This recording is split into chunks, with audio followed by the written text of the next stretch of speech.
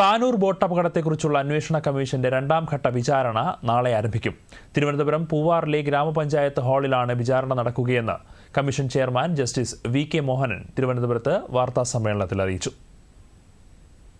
9/2025 മുതൽ 23/10/2025 വരെ നമ്മുടെ സംസ്ഥാനത്തുടനീളം 14 ജില്ലകളിലും ഈ കമ്മീഷൻ സിറ്റിംഗ് നടത്തിയിട്ട് 3 മുതൽ 6 വരെയുള്ള ടേംസ് ഓഫ് റെഫറൻസിൽ തൽപരരായിട്ടുള്ള പൊതുജനങ്ങളിൽ നിന്നും എല്ലാ വിഭാഗം സ്റ്റേക്ക് ഹോൾഡേഴ്സിൻ്റെ അടുത്തു നിന്നും അവരുടെ അഭിപ്രായം ആരായുവാനാണ് കമ്മീഷൻ തീരുമാനിച്ചിട്ടുള്ളത്.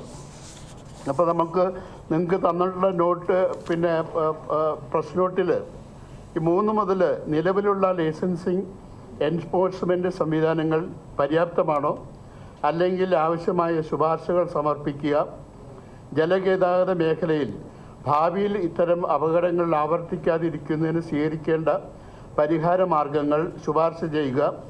ഇതുപോലെ മുൻകാലങ്ങളിൽ സംഭവിച്ച ബോട്ട് അപകടങ്ങളെ തുടർന്ന് നിയോഗിച്ച അന്വേഷണ കമ്മീഷനുകൾ സമർപ്പിച്ച റിപ്പോർട്ടുകളിന്മേൽ ബന്ധപ്പെട്ട വകുപ്പുകൾ സ്വീകരിച്ച നടപടികളുടെ പര്യാപ്തത അവലോകനം ചെയ്യുക തുടങ്ങിയതാണ് നമുക്ക് ഈ രണ്ടാം ഘട്ട അന്വേഷണ വേളയിൽ കമ്മീഷൻ ഏറ്റെടുക്കുന്ന പ്രധാനപ്പെട്ട വിഷയങ്ങൾ.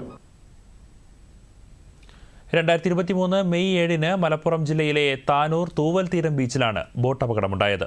ദുരന്തത്തിനിടയാക്കിയ കാരണങ്ങളും ഭാവിയിൽ ഇവ ഒഴിവാക്കാൻ സ്വീകരിക്കേണ്ട നടപടികളെക്കുറിച്ചും അന്വേഷണം നടത്തി റിപ്പോർട്ട് നൽകുന്നതിനായാണ് വിചാരണ സംഘടിപ്പിച്ചിരിക്കുന്നത്.